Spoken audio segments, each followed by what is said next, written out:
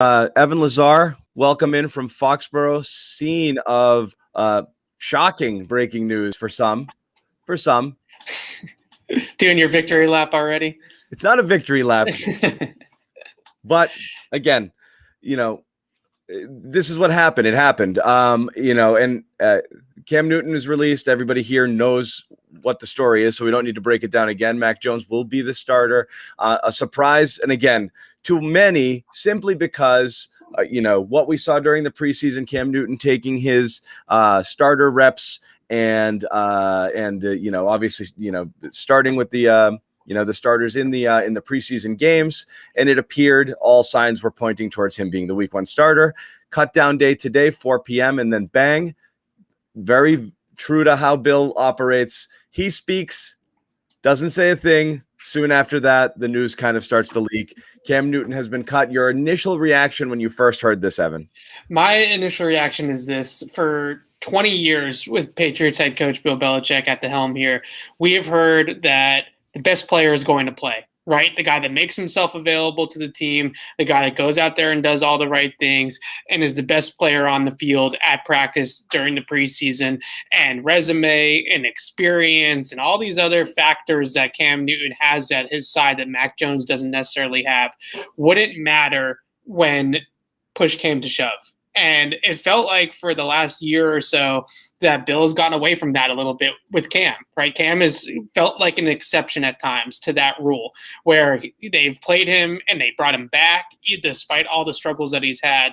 Now we're seeing Mac Jones take over for Cam and Cam getting cut. And it's a harken back to that core principle with the Patriots that the guy that is the best player on the field is going to play. And Mac Jones this summer in the preseason games, in training camp practices, in Josh McDaniels' offense, was the best player at that position this summer. And now he's going to be the one that's going to take the field in week 1 against Miami. And you also add that layer into it as well with the COVID situation and with the vaccine and just doing what was best for the team in that regard as well. That's what we always hear. Do what's best for the football team. Ultimately, Mac Jones did all of the right things, and he earned the starting job for the Patriots. And if they had given it to Cam Newton, I would have totally understood that maybe they felt like Mac wasn't ready, but it would have felt a little bit of a departure from what we've heard so often with the Patriots.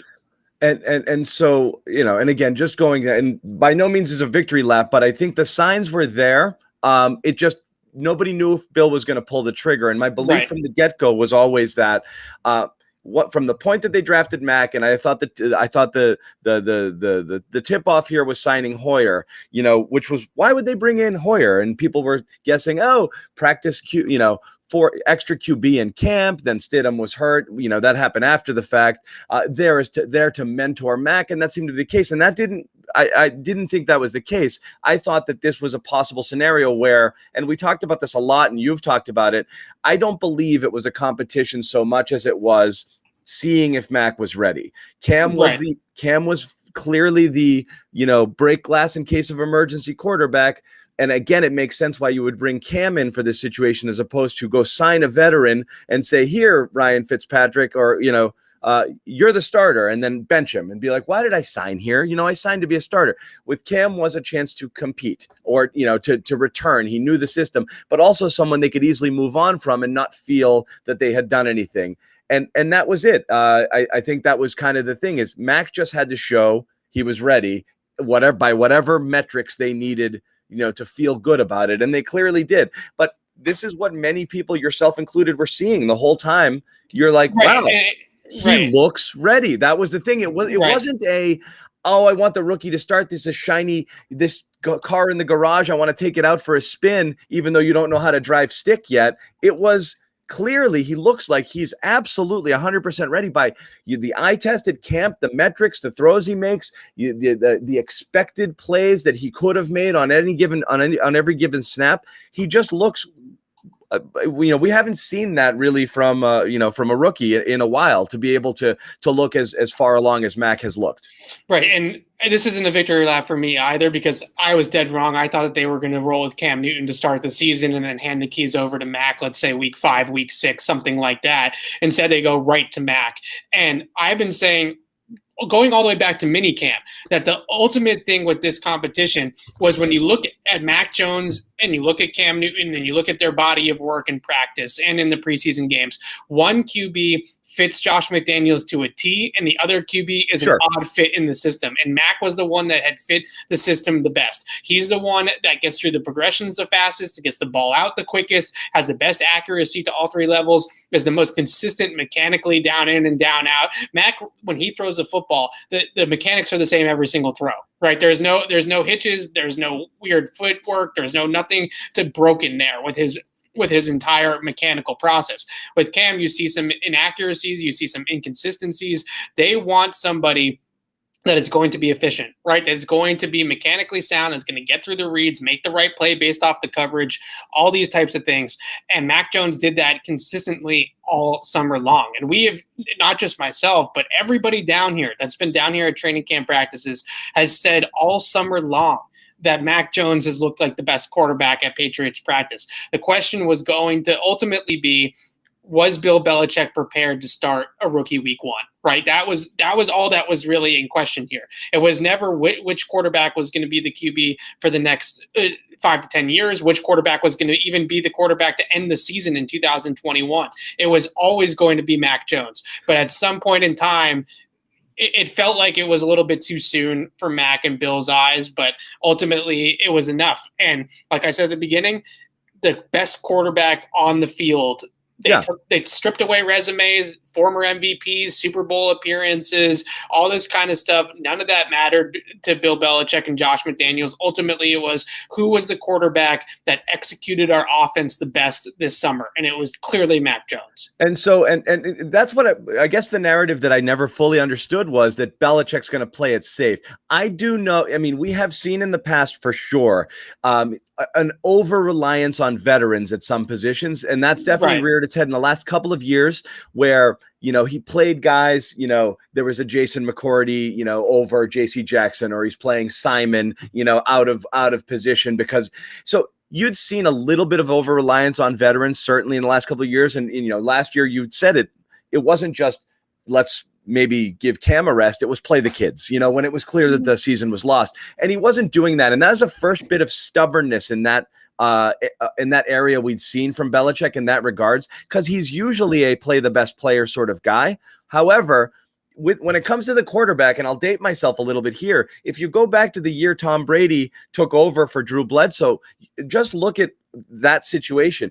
Brady was third on the depth chart entering camp that year and passed Damon Heward for second, just to be able to take some second team reps playing behind a then Pro Bowl caliber quarterback who made the Pro Bowl the year after the Patriots let him go for Buffalo. Granted, he was limited in some of the things that he could do, but Brady, you could argue, was less ready to take over that job, even though they'd seen him in the regular season. They had the benefit of that, but less ready to take over that job than Mac Jones, who looks far more evolved in year one than Brady did in year two, even in terms of what the Patriots were seeing behind the scenes. So again, we're not saying he's going to be better than, but it was a much lower hurdle for Mac to get over than Brady when he was named the starter. He was supplanting someone who at that point was still a top 12 NFL quarterback.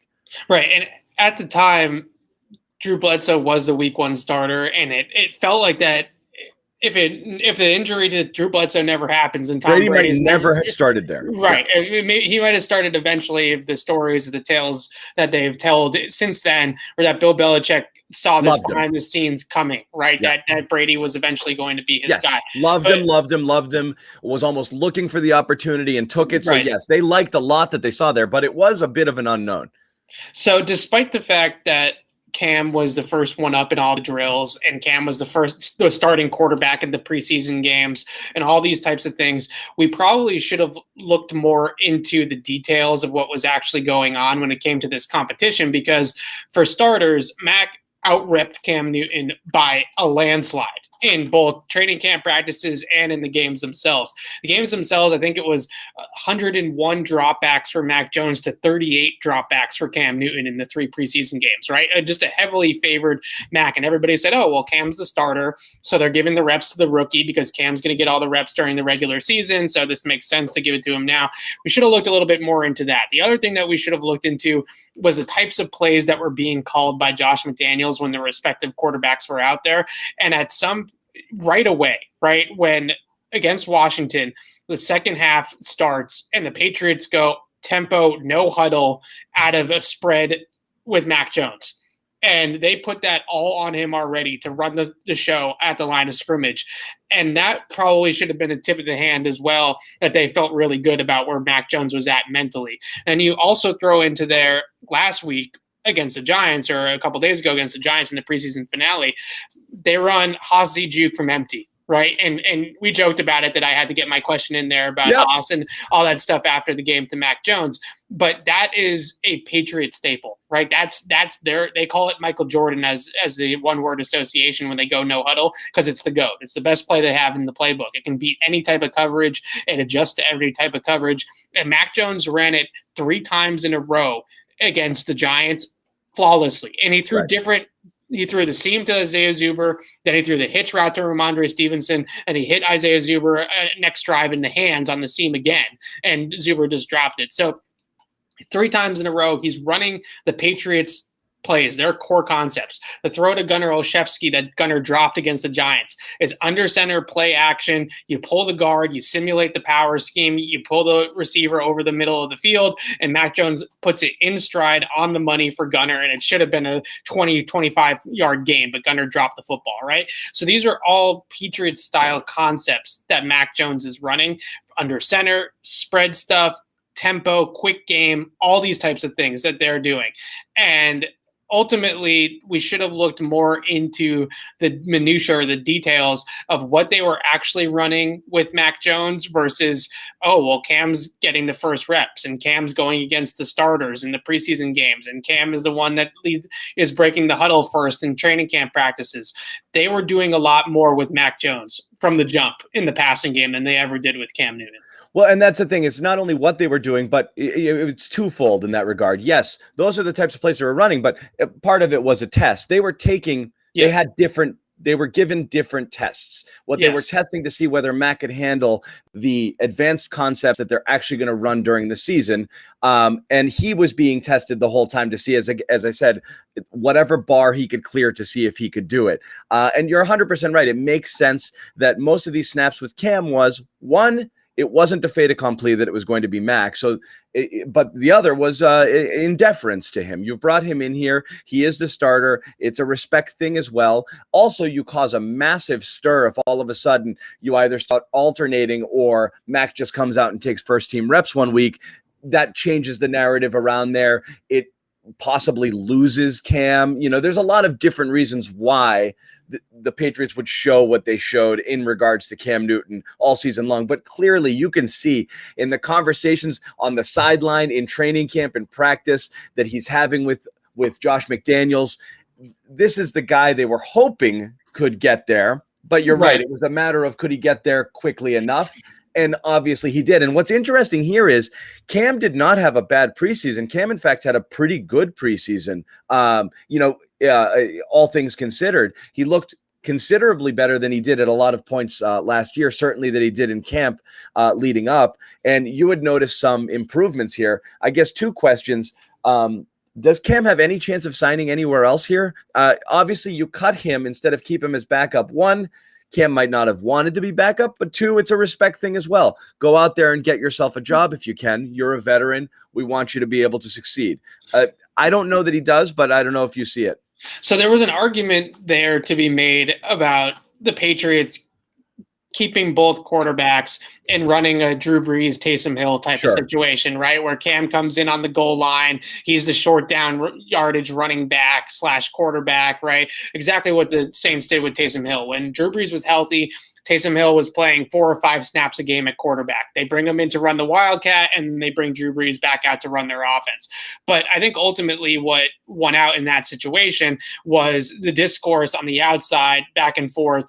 Should Mac be the starter? Should Cam be the starter? Keeping both of those guys on the roster, one person was going to be looking over their shoulder constantly, right? Whether it was Cam as the starting quarterback looking over his shoulder at Mac, or Mac looking over his shoulder at Cam, and all these types of things. You have to pick a path and you have to go down that road, right? You have to pick a path. And no one is, so that's the problem too, is no one is going to be sitting if Mac Jones has some hiccups and struggles saying, we got to get Hoyer in. Right. It would have to be disastrously bad where he gets overwhelmed or dinged up. And if that happens, that's the NFL, like if he gets hurt for sure, but he'd have to be so bad for there to be calls for, you got to get him out of there. And again, the same would not have been true for Cam. Cam could have thrown an incomplete, bounced a pass short of somebody at 3rd and 7 in the second series of the year, and immediately that noise starts. So again, Belichick is a drown out the noise thing. That's something you guys deal with. We don't deal with it, but it would have been real. You also have quite a few Cam people in there too, and you wonder whether. There's a lot of people who love Cam, what he did, his personality, bringing guys together, knowing everybody, the nicknames, all of that stuff. That stuff's real. Like, people really dug Cam in that building. And if you've got people who are loyal to him and seeing the kid struggle, being like, what did we hand it to this guy for? Like, Cam's a pro. Let's get this guy in there. And that could create some factions in there as well. Because Cam is a very well-liked. I guarantee you week 1 against Miami, if they came out in the first quarter and the offense looked like crap, the stadium, the Mac chants would have started across the entire stadium. Instantly. First third down where Cam Newton, first interception by Cam Newton, first big mistake by Cam against Miami week 1, you would hear the Mac, all around the stadium, right? And that, again, you have to pick a path, right? You can't just kind of play it. You can't have a foot in both doors, and with the quarterback especially. You can do that at other positions, but at the quarterback position, the best thing is to pick a path and go down it. Now, the other question that you asked about Cam potentially signing on elsewhere. So I do think that that's a possibility. There are some teams that I think would make a lot of sense. Houston's obviously the one that comes to mind, because with Deshaun Watson's situation, you just don't know if he's going to play this year at all. Cam plays, he's not Deshaun Watson, obviously, but he plays a similar style in a way to Deshaun Watson as a mobile quarterback. So at least if they think that maybe Deshaun Watson could play at some point this year, you don't have to completely change the offense, right? You're going to be able to kind of keep it the same and then ultimately change the offense to Deshaun when he's able to play, if he is able to play. The other team that I would really look at, and this is, to me, the most fascinating one, is the Chicago Bears, because Justin Fields is there now, and Fields is one of Cam's. He looks up to Cam. Cam's a mentor of his. He really, really loves Cam Newton. They go back a long, long ways to 7-on-7 camps and things like that. And Justin Fields has talked a lot about how he emulates his game after prime Cam Newton. Right. Yeah. So Andy Dalton in Chicago makes zero sense. Right. You have this young mobile quarterback in Justin Fields, who is everything that you want in a mobile QB. Right. Cannon arm, great legs, speed, all those types of things. Everything. And then you have a straight up stand up in the pocket passing type guy. It is strange to have two quarterbacks who play totally different styles as your 1 and your 2. So it does make sense to mirror one. And yes, cutting Dalton, giving Fields the job, and bringing Cam in behind him would make infinitely more sense than starting Dalton and having Fields as a backup. Right. So Matt Nagy, the coach with the Chicago Bears, has really stood by Andy Dalton as his bridge quarterback, right? Saying we're going to start Andy Dalton and then we're going to eventually go to Justin Fields when the time is right. But Cam and Justin Fields makes a whole lot more sense in that equation than certainly what we see right now with Andy Dalton and Justin Fields. So, and you could have made that argument too here. Keeping Cam might have been more of a possibility had the Patriots moved up and drafted Justin Fields, which a lot of people, both of us included, wanted to see them do, as well, because that fit might have made sense too. Right. So I think Houston and Chicago are two teams that could potentially be interested. Yep. Outside of that, I think it's really maybe Washington. Ron Rivera is there now. He obviously coached Cam in Carolina for years. So maybe if they like Fitzpatrick, but if they feel like maybe they can get more out of Cam than Fitzpatrick, they could see. I could see that one, but ultimately Cam is going to now have to decide through and through, is he willing to be a bridge quarterback, right? Is he willing to be the guy in I don't think Chicago so. for 5 or 6 weeks? Is it worth it to him? I don't think so. Or is he just going to hang it up at that point? I don't think he hangs it up either. I think he waits. Rather than go somewhere and be the backup, you wait for the injury or you wait for something to happen and then be there waiting in the wings. That makes most sense to me. I would imagine Cam Newton, rather than run right out and sign here, could do that. But you're right. There could be more surprise cuts. You never know what could happen in San Fran with Jimmy Garoppolo. And the assumption is they're starting both, but that wouldn't be shocking. Garoppolo is going to be guaranteed $28 million if he makes the opening roster versus zero if he doesn't. So I'm still curious there, though it seems that they're going to pick him up. But it does make sense to sit and to wait. Maybe a situation where a presumptive starter or a rookie starter struggles, or there's an injury, and Cam Newton would be waiting there in the wings versus just go somewhere and be someone else's backup. I do wonder whether he had the option here or he was straight cut. I believe he was probably just straight cut because of all the reasons of keeping him around would have been difficult here.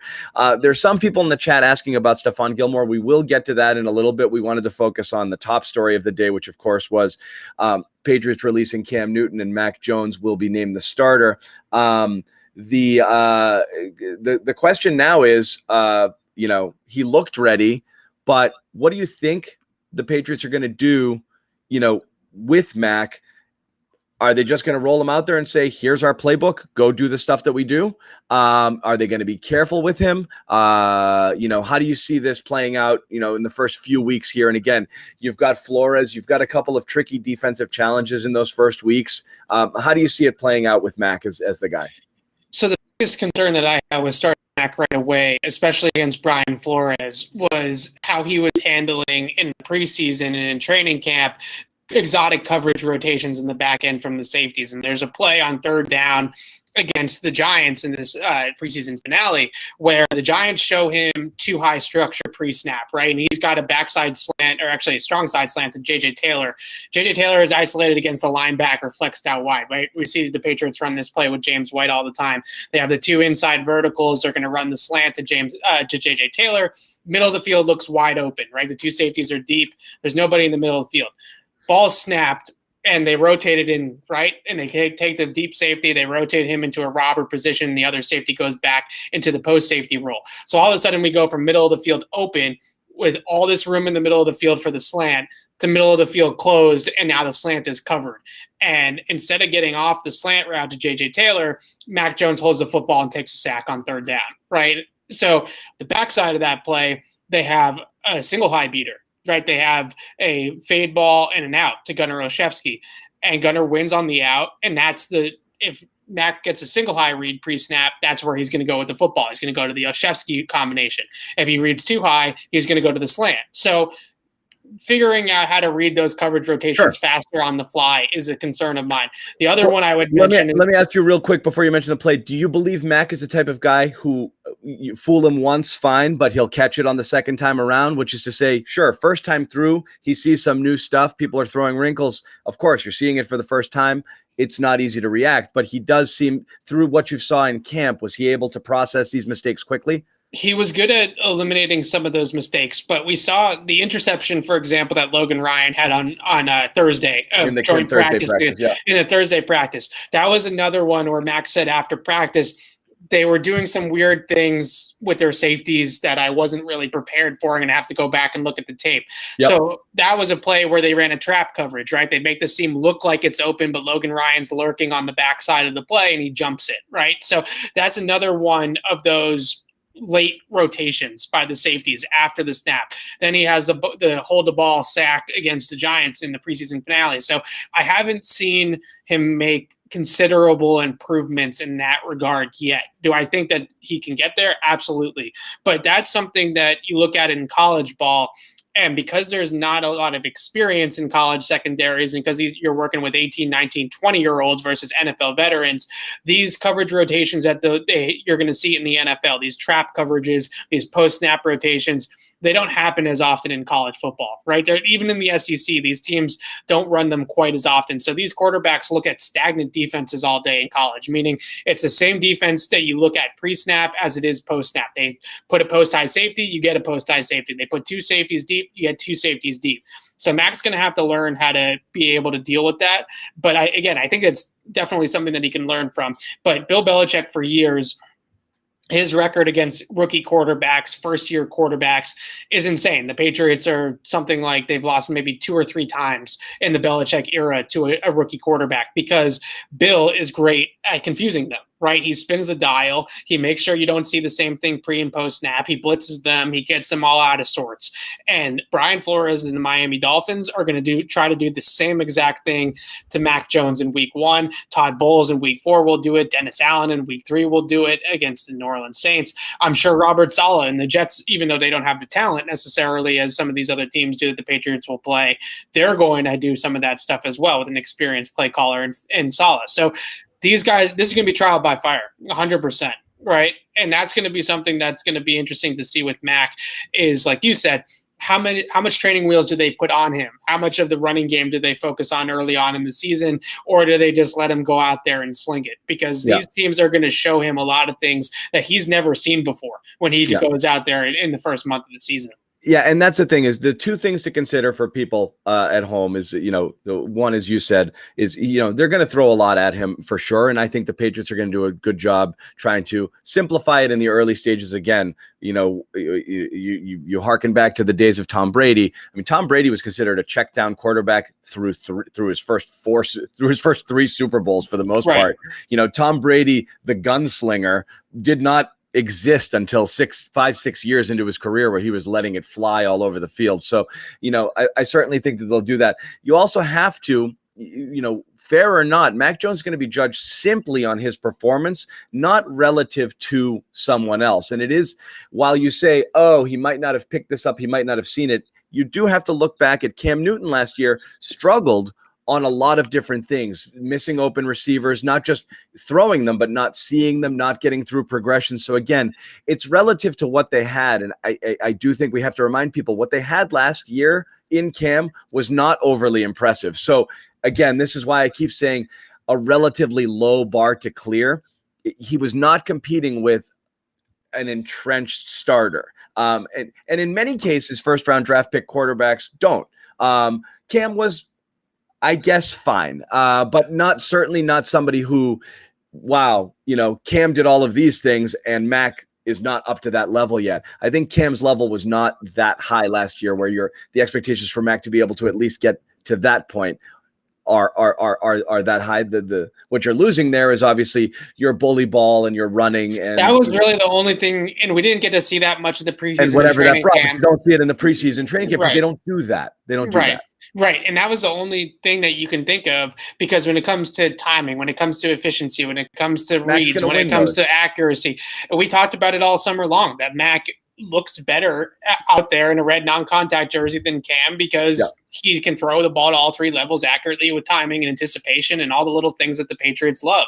But we didn't get to see the running part of it with Cam's legs, right? So that's going to be something that the Patriots are going to lose here. They're not going to have the read option plays. They're not going to have the goal line package with Cam Newton there. They're not going to have those things. Now, I do wonder, could you see some wildcat with Damian Harris on the goal line? Could you see some tricks, some different things, Jonnu Smith being involved in some of these running plays potentially as well, that could mitigate the fact that they don't have that? And obviously they did that a quarterback won Super Bowls with a stationary quarterback. So it's obviously doable.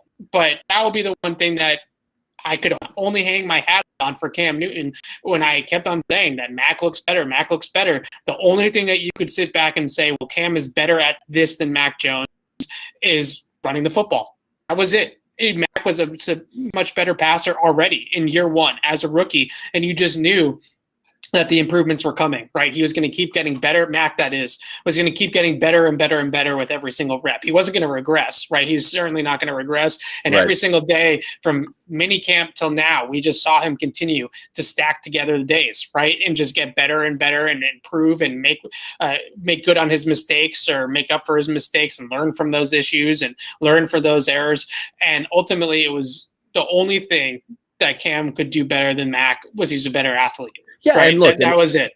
And again, the obvious advantage to having the running quarterback is straight math. You just have more people going against more people. And again, when the quarterback is a running threat, you're able to block that up better. And the Patriots used that to their advantage when they were at their best last year with the games where they ran for 200 plus yards. It's not to say that they can't do that, because their offensive line is certainly a strength, and they have a fleet of pretty good and versatile running backs. But it will be a more traditional offense, and it's going to look much more similar to what you saw in the Tom Brady years, which again is really what Josh McDaniels wants to do with this team, and the type of offense that he wants to run. So we'll see how it goes. Obviously, huge challenge in week one. Anything else you want to say on the Cam Newton front before we move over quickly to Stephon Gilmore? And again, Evan's down in Foxboro right now, recapping the breaking news. Cam Newton cut. There are more cut downs coming today at 4 o'clock. There's some trickling out there. There's not a big surprise outside of obviously this one as of yet. Obviously, cutting Cam does make it so there are more roster spots of it. Gilmore to the pup and cutting Cam create a little bit more space on that opening day roster. So that might adjust some of the predictions that you'd put out yesterday. So anything on the Cam front before we move over to Gilmore and the rest of the roster? Ultimately, I think that Patriots fans, on top of just being excited about having a first-round quarterback win a starting job and be the quarterback for week one, I think Patriots fans should be happy or hold solace in the fact that ultimately – I think we thought for a time there, especially last year when Bill Belichick refused to go to Jared Stidham, that there was some stubbornness involved with Cam Newton, right? There was some concern there potentially that maybe Bill Belichick had some weird attachment to Cam Newton that he wasn't going to let go, right? And that ultimately didn't matter in this competition. And whatever we thought on the outside about how Bill felt about Cam Newton, and I'm sure that he meant everything that he said, and he was honestly a pleasure to cover. He was a great guy to cover. He was entertaining. Yeah. He was great with the media. He was a great citizen here in New England and a great person to have on the team. But ultimately, the best player won the job. And that, I think, is a good thing that Bill Belichick is still able to see, that we have to go with the best player. We have to ride with the best player and not worried about all that other stuff. And everything about Cam Newton made sense last year. You were trying to catch lightning in a bottle, see if you could recapture some of the magic that made him an MVP in years prior. It more suited their big bully ball kind of mindset, because they were not very deep at the skill positions last year. So having a quarterback who could sling it all over the field might not have really paid dividends with last year's roster. But the culture stuff can't be overstated rather. Right. The vibe around the team was people were not having fun. Tom Brady was kind of sour in his last couple of years because there was a riff and he didn't like what was going on behind the scenes. And it was tense. It was covering the team. It didn't feel like anybody was having fun. And it lightened up a great deal. And a lot of it was because of Cam Newton, and that was a big deal for them last year. And again, they were competitive up until a point where they weren't last year. They were threatening as potentially, trying to find a way to sneak into the playoffs. They ultimately were not able to. But yes, this clearly seems like the best person won out in this job. And, the Patriots have to feel pretty solid about it to make a move like this, move into a rookie quarterback. So we want to move on. A couple other bits of news here. And again, on the Cam Newton front and on the roster cut front, you will be doing a Patriots beat still later today? Yes, absolutely. What time is that? Around 5 o'clock, I would say, depending on what we find out and if we get all the cuts and all that kind of stuff. Okay. So in the 5 o'clock range, guys, take a peek, follow us, Patriots CLNS, if you don't already. Also, if you're not subscribed to our YouTube channels, I assume most of you are, please do. You'll be notified. Turn on, hit that little bell. You'll be notified when we're about to go live or when we create a link to go live. But we'll also send out notifications on Patriots CLNS. So you'll know when Evan and Alex can break down all of the Patriots moves. One of the other ones, and this happened a little while ago, just as we were going on, Patriots are placing Stephon Gilmore on the PUP list. He had quad surgery at the end of last year.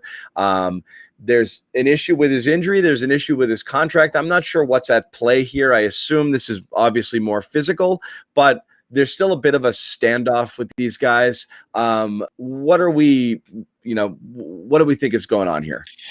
Well, I think ultimately what ended up happening is that Stephon Gilmore, in order for him to ramp it back up to be ready to play, needed his money. Yeah, that's definitely part of it, and I can get into that in a second. But I think ultimately, because of the standoff that they've had, this is what nowadays people call this a hold in, right? Because players don't hold out anymore. Because he's at the facility, he's hanging out, right? Because the league has made it impossible with the fines and stuff like that to truly hold out and not report anymore. And so when you're injured, you can do that because you're not technically out there playing. You're doing his rehab and whatever. So he's there biding his time-ish. Right. And so he's holding in. Xavier Howard also had to hold in until they resolved his contract situation in Miami. So this is happening across the league. And with Stephon Gilmore, ultimately, there needs to be a shoe to drop with his contract. He wants to get paid more money this year to play for the Patriots. That's going to have to happen for him to give the okay to get back out there on the field. But even if that were to happen tonight, let's say Tuesday night, the Patriots make all their cuts and they finally go back to Stephon Gilmore. And he hasn't done anything. He hasn't done anything yet. He's rehabbing the surgery. He hasn't practiced. He hasn't played in any preseason games. He hasn't done anything. So when that happens, you don't want to rush him back on the field, and you don't want to throw him out there in 12 days in week 1 without any real preparation. So I think ultimately what happened was that there just wasn't enough time for the Patriots to resolve this contract issue, for Stephon Gilmore to get 100% healthy, and then for Stephon Gilmore to ramp it back up to be able to play in an NFL game in 12 days, for the Patriots to use Stephon Gilmore in September. So I think that they just said, you know what, we're going to save the roster spot by doing this. We ultimately don't need him until we get to later in the year anyways. Bill Belichick always says real football doesn't start till Thanksgiving. So Stephon Gilmore will be ready to go by week 6, which mid-October. And then the Patriots can really start to make their push at that point when they have their defense completely together. I do think that there is still an element of the contract involved here, though. He's going to have to get incentivized to play this year for the Patriots with some sort of contract resolution between the two sides. Yep. So we have that. Now let's take into account the Gilmore situation, and with Cam. One, this is bad. You've got two things going on right now. You've got that tough schedule for Mac to navigate as a starting quarterback, and the greatest area of weakness on this team, clearly, and you've been saying this since minute 1, and that was whether Gilmore stepped on the field or not, is depth in that cornerback position. I mean, you always felt good, certainly with Gilmore, JC opposite him, even though, again, not having a veteran like Jason McCourty and someone who can play situationally was a hit, and then John Jones. But really behind that is a lot of question marks. And now you're starting one of those question marks. And we're talking about potentially starting Jalen Mills at the outside cornerback position, which is totally miscast, with JC Jackson operating as your number 1.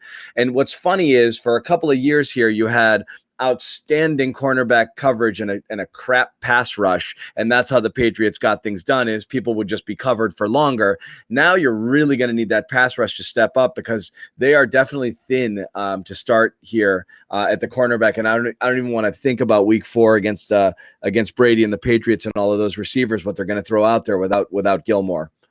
Right. I mean, week 1 against Miami, you're going to be going up against Devontae Parker, Jalen Waddle, Mike Gesicki, and a really good Miami Dolphins skill position group, right? I mean, they got tight ends, they got wide receivers down there, they got a young quarterback in Tua who they are high on as well. I know there's rumors about Deshaun. Parker, Waddle, and Fuller. Is Fuller healthy?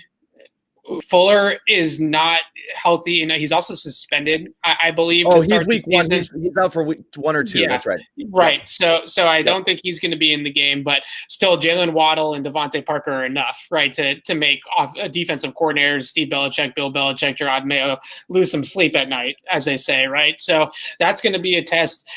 Week 2 against the Jets is what it is, but then you get into week 3 and week 4 against New Orleans and against Tampa Bay.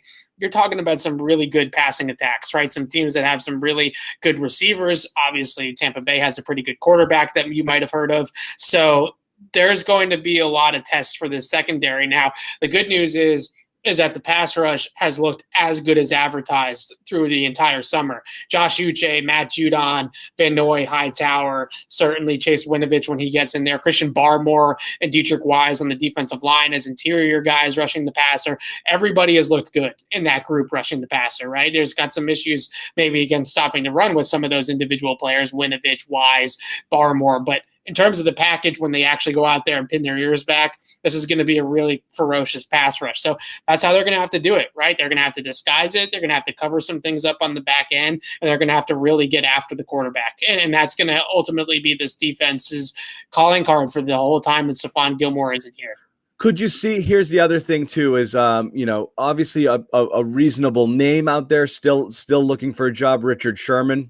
I don't see it, but again, you wonder right now there's a couple names released out there as well. Wouldn't be stunning if the Patriots snag one of the guys who gets let go. And again, you're talking about, 25 to 30 players per team about to get whacked today. There's going to be a pool of talent, and there might be some surprises out there, but again, nothing that's going to be able to overcome not having Stephon Gilmore for the first 6 weeks of the season.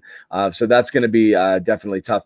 Anything else you see here as far as the roster goes? Looking ahead, have you changed your thinking in terms of some of the cut downs and who may now make it and who may not? No, I mean, I had a feeling that they were only going to carry two quarterbacks. I was wrong about which two they were going to carry, right? I thought it was going to be Cam and Mac, and Brian Hoyer was going to be the odd man out. Instead, they throw this surprise at us with Cam.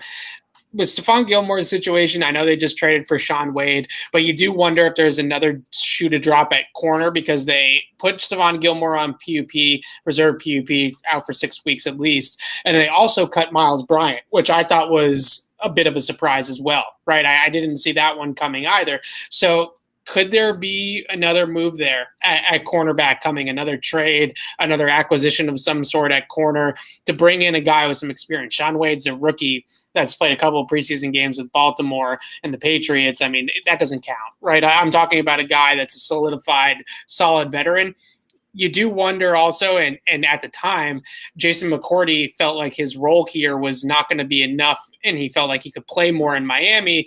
Looking back on it now, you do wonder if the Patriots regret letting Jason McCourty go to the Dolphins, because he's the perfect guy to do what they need for over the next 6 weeks, right? Just serviceable, serviceable, you put him in and you're fine. Knows the system. He can still run. He knows the system, all of that. Yep. Yeah, if there is one to second guess about this offseason, then letting Jason McCourty walk. And that wasn't just the Patriots, right? Jason McCourty's camp felt like his best opportunity was in Miami. So they had to convince Jason McCourty to come back, and they weren't able to because Jason McCourty saw the writing on the wall of all these players ahead of him on the depth chart and all these young guys that they wanted to sprinkle in. But now that Miles Bryant's not here anymore or is released from the team, that one, to me, the surprise of the day until Cam Newton just took the cake, obviously, was Miles Bryant getting cut. So you have Gilmore on PUP. Yeah, Miles that made Bryant, you think, oh, maybe Gilmore's okay. That was surprising, but yeah. Right, you have those two guys now on the outside looking into the cornerback room, at least to start the season. So maybe there's another shoe to drop in terms of a veteran coming in here at that position. Yep. So we'll see what happens. Again, just to let everybody else know, this was an emergency, live broadcast for the Cam Newton situation. We've got a ton more coverage on our YouTube channel, so head right over there. Evan and Alex broke down the move, so you get their take on it as well. Plus, there's going to be a live Patriots Beat podcast coming up. We're saying 5 o'clock, but follow us on Patriots CLNS. Follow Evan Lazar, not just for notifications on who's going to go live here, but for all other Patriots matters. He is, again, if you're here, top Patriots analyst on the beat, and I don't think it's particularly close. So make sure you follow all of Evan's stuff on our channel, clnsmedia.com and all that. In the meantime, we're going to wrap it up. We got a ton more coverage throughout the day. So, Evan, I'll let you go do your stuff. Just recapping for everybody. Cam Newton released. Mac Jones will be the Patriots Week 1 starter. So get ready for that. We may get a chance to hear from Mac on Wednesday. When is a starting quarterback? Wednesday, Thursday? Yeah, usually Wednesday or Friday. So it sounds like maybe we would get Mac on Thursday of this week potentially. I know that they said that there was going to be player availability on Thursday, but they might hide Mac until we get into the. They might. Other sign people missed was which was pretty sneaky. Was Hoyer doing the EEI interview yesterday? Yeah. that smelled funny too. But anyway, so that's what happened. Again, obviously, everyone's got a ton of opinions. The conversation is going to continue. So stay with us for all of our coverage until 5 o'clock when Evan and Alex pop up. We're going to sign off. We'll talk to you guys later. Thanks for joining.